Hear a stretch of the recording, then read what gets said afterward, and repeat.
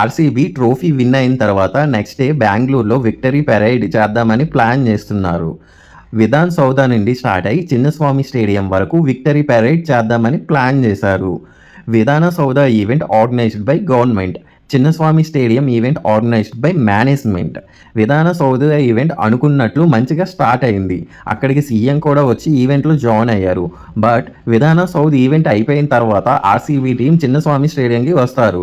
దీంతో ఫ్యాన్స్ అందరూ అక్కడికి వెళ్ళారు. చిన్నస్వామి స్టేడియం బయట క్రౌడ్ విజువల్స్ ఇవి. ఆల్మోస్ట్ 3 కిలోమీటర్స్ వరకు ఫుల్ క్రౌడ్ ఉంది. దీంతో ఒక్కసారిగా గేట్స్ ఓపెన్ చేయగానే తొక్కిసలాట జరిగింది. మోర్ దాన్ 1 lakh ఫ్యాన్స్ ఉన్నారని అంచనా. But Chinnaswamy stadium capacity 30K మాత్రమే. కానీ అక్కడ ఫ్యాన్స్ మాత్రం మోర్ దాన్ 1 lakh ఫ్యాన్స్ వచ్చారు. దీంతో తొక్కిసలాట జరిగింది. 11 మంది చనిపోయారు. ఇక్కడ ఎవరిది తప్పు అంటారో కింద కామెంట్ చేయండి. చిన్నస్వామి స్టేడియం దగ్గర తొక్కిసలాట జరిగిన విజువల్స్ ఇవి.